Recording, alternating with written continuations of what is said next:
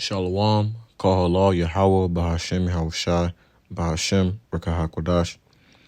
I want to give double blessing and honor to the apostles and elders of Great Millstone who taught me the truth through the spirit and power of Yahweh, Bahashem, Yahushai. Back here with another lesson through the spirit. Just want to talk about, the holiday, the pagan holiday that's coming up tomorrow, also known as Christmas. Just want to speak on that a little bit, pull out a few precepts through the spirit, Lord willing. There's been a lot of stuff that's been going on in the world and whatnot, involving the war, involving Syria, involving Germany, all of these other things. And I know that brothers have also been reporting on that as well. And then also, brothers report on this stuff. So we try and pull out as much information, keep you updated on as much information as we can through the spirit. So without further ado, let's get into it. So I found this picture on Instagram and I found it pretty funny, and I ended up sending it to a brother. And it reads, it says, "Where are you in the Bible?" And it says the part that says Satan deceived the whole world. And that is correct, So like a lot of people don't look into the history of the Bible, when they let's say celebrate these things and whatnot. So like, I had too many tabs open. They'll just go along with something and not like know anything about it, not look into the history. If you just do a search like in the Bible, like there's nothing that comes up for anything that has anything to do with Santa, anything to do with Christmas, as well as, the celebration of birthdays, which is something that we didn't, as a people, the Israelites, we did not do.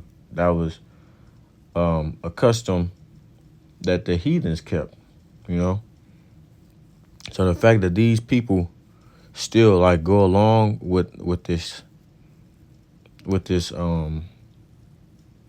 fake holiday, with this pagan holiday,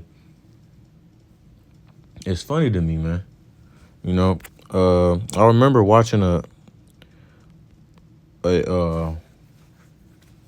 episode of the Boondocks, and it was basically talking about like some of the origins of Christmas, and it went back to this Roman festival called Saturnalia, which was the worship of the Saturn god, which also is where you get like wedding rings and stuff from. Saturn, because it has a lot of rings and stuff, the planet.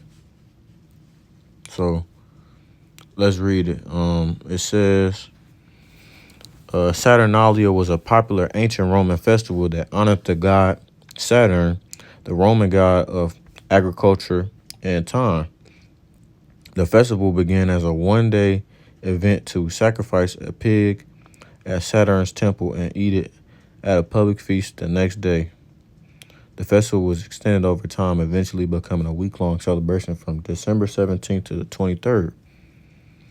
And it consisted of public sacrifices of meat, banquets, cutting of woolen ties that bound Saturn's statue, allowing activities like gambling, giving gifts. You see that type of stuff nowadays with Christmas, decorating homes, and temples with evergreen bows.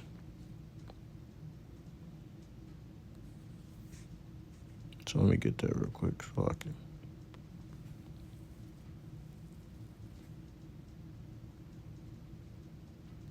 I want to see a picture of this, actually.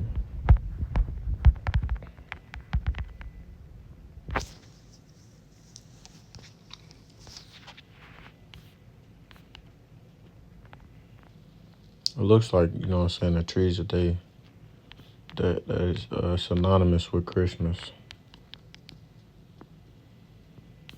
Yeah, man. So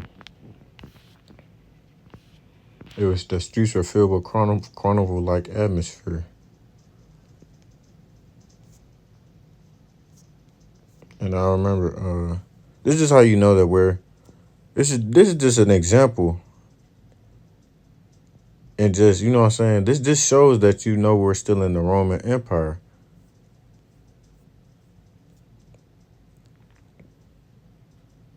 Yeah, so when I originally looked this up, this is like one of the first things that I seen. Like one of the first images. And I'm not sure. This might be like an AI generated image or something like that, just to show a depiction of how it would have looked back in the day.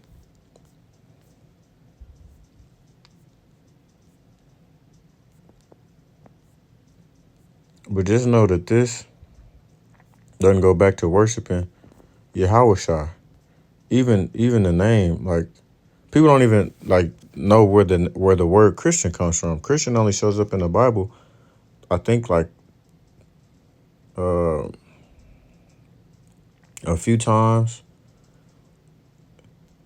You know what I'm saying? The Christian comes up twice, and then Christians, it comes up once. So it's like three times. It's only a few times that the word Christian actually comes up in the Bible, which we know that is a false name. You know what I'm saying? Jesus Christos. But let me go ahead. Let me see if I can pull up some scriptures regarding that. Going back to Saturnalia, you know what I'm saying? These are the things that our people took on and worship, and they don't even know the things that they're worshiping now. You know, they don't look into the history of these type of things. They just go along with it. Let me pull up this real quick. So this is and it reads, this is the head, and it says a satire on idolatry. And it reads, let me split my screen.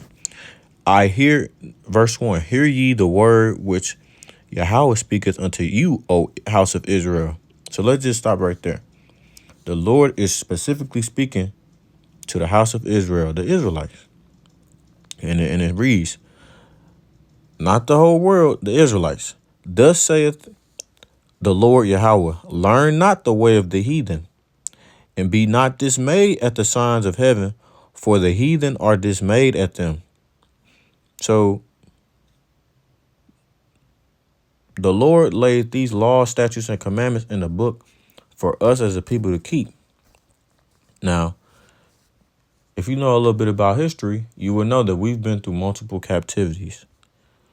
Throughout all the captivities we've been in, this is the one where we forgot who we were.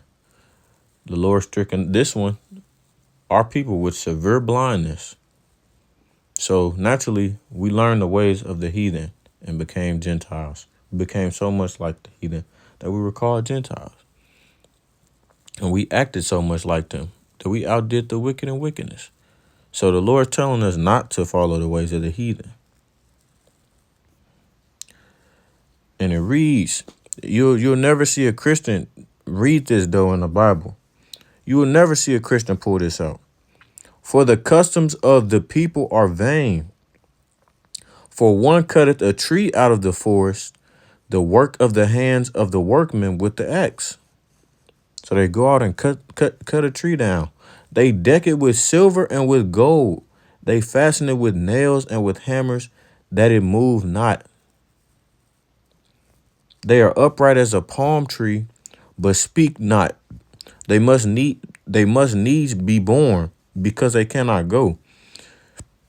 Be not afraid of them, for they cannot do evil, neither also is it in them to do good.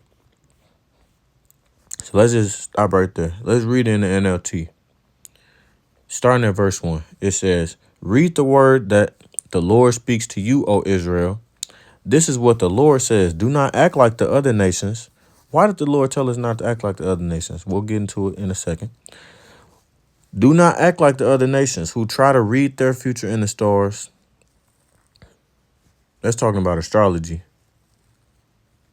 Do not be afraid of their predictions, even though other nations are terrified of them.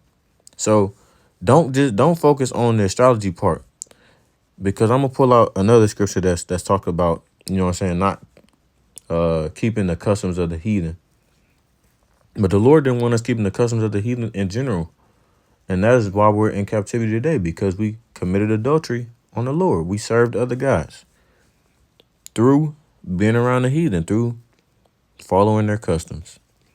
And it reads, their ways are futile and foolish. They cut down a tree, and a craftsman carves an idol. They decorate it with gold and silver and then fasten it securely with hammer and nails so it won't fall over. Their gods are like helpless scarecrows in a cucumber field. They cannot speak, and they need to be carried because they cannot walk. Do not be afraid of such gods, for they can neither harm you nor do you any good.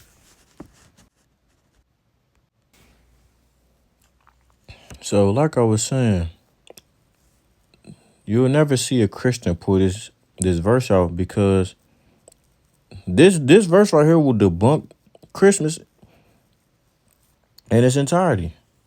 It clearly stated before, do not follow the ways of the heathen. And it showed an example of the ways of the heathen, what they do. And what do we see now? America, Babylon the Great. The Christians. Anyone. Christians. It don't have to be Christians. Everybody celebrate Christmas.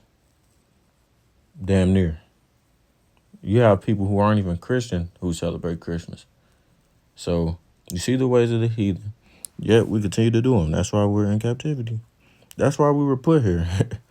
Because of these things right here, these simple things. The Lord tell us not to do something. What do our people do? Go and do exactly what he told us not to do.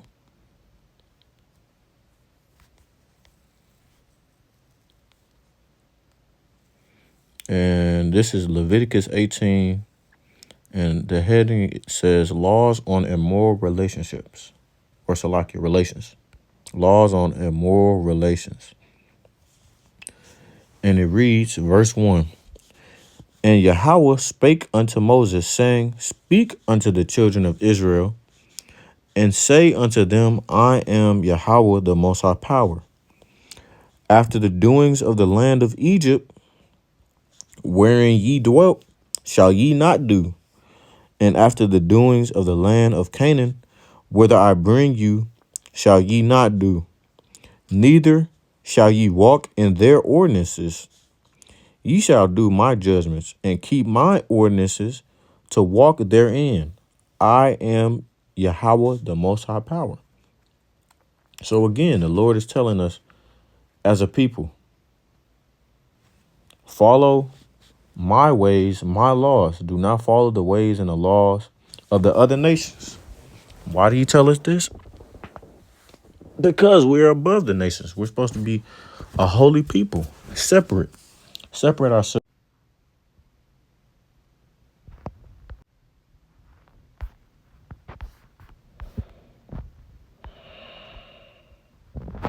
Lord willing, this thing keeps on recording. Yeah, I can't stand Esau, bro. This damn technology fucks up every single time you try to record. So, Salakia, before I was interrupted, I was about to read Deuteronomy 14:2. And it says, for thou art a holy people unto the Lord Yahweh, the Most High Power, and Yahweh hath chosen thee to be a peculiar people unto himself, above all the nations that are upon the earth. So that is why it is important for us not to keep these pagan holidays, to separate ourselves, because we are a holy people. And it reads in the NLT, you have been set apart as a holy to the Lord your God, and he has chosen you from all the nations of the earth to be his own special treasure. That's why he gave us so many laws to keep and follow. This is a way of life. That's why some don't understand. They don't realize that this book, this set of laws was not given unto you. So let me get a sentence.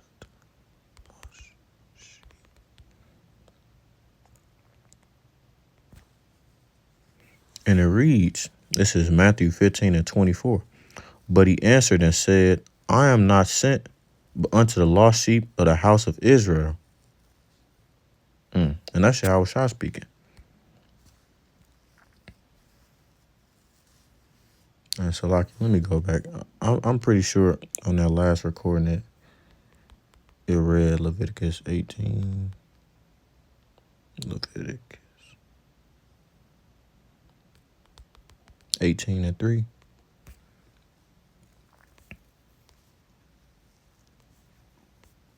And it reads, And Yahweh spake unto Moses, saying, Speak unto the children of Israel, and say unto them, I am the Lord your God. After the doings of the land of Egypt, wherein ye dwelt, shall ye not do, and after the doings of the land of Canaan, whither I bring you, ye shall not do. Neither shall ye walk in their ordinances, meaning we're not supposed to follow the other nations' customs. What do our people do? Follow the other nations' customs.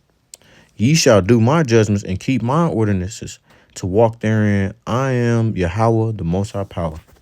So we're supposed to walk in the Lord's ordinances through the Lord's statutes and commandments. And what do our people do? They blatantly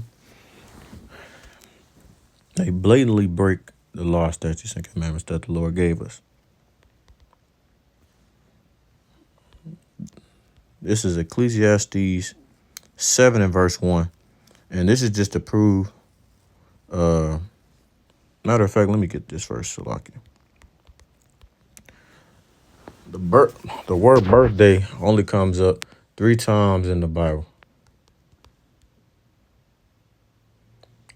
And out of those 3 times, the only people who celebrate their birthday were the pharaohs of Egypt, which is an Egyptian custom, and Herod. And Herod was a king during Yahushua's time, during the Roman Empire.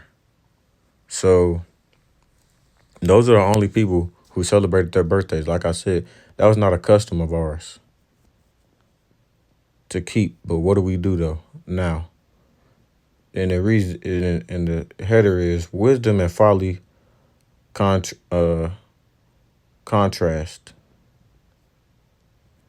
And it reads, a good name is better than precious ointment in the day of death than the day of one's birth. And if you read, you know what I'm saying, Ecclesiastes 1, King Solomon breaks down basically the what he found through all of the wisdom that he gained, that he realized that man's duty is meaningless. You know what I'm saying? Everything that goes on the earth. That's why it's the day of death is better than the day of birth, because we're born into captivity. It is better to go to the house of mourning than to go to the house of feasting, for that is the end of all men, and the living will lay it to his heart. Sorrow is better than laughter, for by the sadness of countenance the heart is made better. The heart of the wise is in the house of the mourning, but the heart of the fool is in the house of mirth. Okay. Yep. All right. Let's read it in NLT. A good reputation is more valuable than costly perfume, and the day you die is better than the day you are born. Because all death is just sleep. You know what I'm saying? You sleep for a period of time before your soul returns on the earth. It says, better to spend your time at funerals than at parties. After all, everyone dies, so the living should take this to heart. Then on top of it, it also help you live, well, if you have understanding, help you live more of a righteous and less wicked life, because you realize that when you on earth, your actions are judged. Sorrow is better than laughter, for sadness has a refining influence on us. A wise person thinks a lot about death, while a fool thinks only about having a good time. Like I said, man, they live in a spirit of YOLO. They don't realize that all of these things that is going on, that they do, the Lord is watching that, and it's going on your life receipt, man. You're going to ultimately be judged for everything that you've done, all the wickedness that we've done, as well as the good. And this is the last precept I have to pull out. And it reads Deuteronomy 7 and verse 4. For they will turn away thy son, from following me, that they may serve other gods. So will the anger of Yahweh be kindled against you and destroy thee suddenly. In the NLT, for they will lead your children away from me to worship other gods. Then the anger of the Lord will burn against you, and he will quickly destroy you. But thus shall ye dwell with them. Ye shall destroy their altars and break down their images and cut down their groves and burn their graven images with fire. For thou art an holy people unto the Lord thy God. The Lord thy God hath chosen thee to be a special people above unto himself above all people that are upon the face of the earth. So, like I said, man, this is a part of the curses. Are people serving other gods? They don't even realize. Like I went into the history of a Saturnalia. Saturnalia. I went into the history of that a little bit. It's talking about, you know what I'm saying, worshiping the Saturn god. And you know what I'm saying, Christmas stems somewhere from this. And people don't even realize what they're celebrating. They're not celebrating the birth of Yahweh Shah. Yahweh Shah wasn't even born in the winter. So, Lord willing, the lesson was edifying. Call halal Yahweh Bahashim Yahweh Shah Bahashim Kakwadash. Double blessings and honors to the apostles and elders of Great Millstone who taught me this truth through the spirit of Yahweh Bahashim Yahweh Shah. Until next time, I say Shalom, Israel. Shalom.